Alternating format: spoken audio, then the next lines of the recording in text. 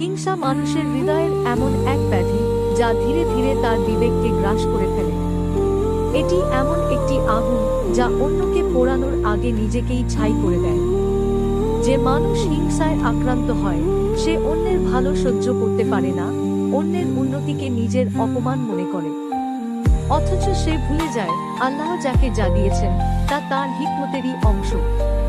হিংসা মানুষকে অন্ধ করে দেয়, সত্য মিথ্যার পার্থক্য মুছে যায়, ন্যায় বোঝার শক্তি হারিয়ে যায়।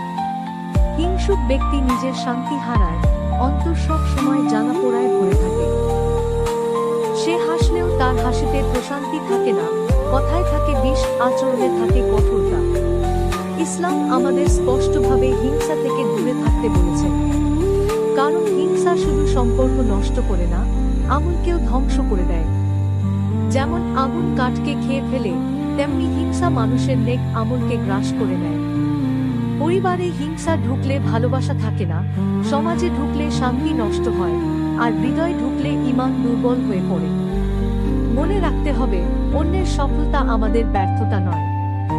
আল্লাহ কাউকে বেশি দিয়েছেন, কাউকে কম, এটাই তার পরীক্ষা। হিংসা না করে যদি আমরা সন্তুষ্ট হতে শিখি, কৃতজ্ঞতা প্রকাশ করি, তাহলে আমাদের জীবন হয়ে উঠবে শান্তিময় ও বরকতময়। আসুন আমরা হিংসার অন্ধকার থেকে বেরিয়ে এসে ভালোবাসা, সহানুভূতি ও দোয়ার আলোয় নিজেকে আলোকিত করি। অন্যের জন্য কল্যাণ কামনা করি, কারণ এতে শুধু অন্যের নয়,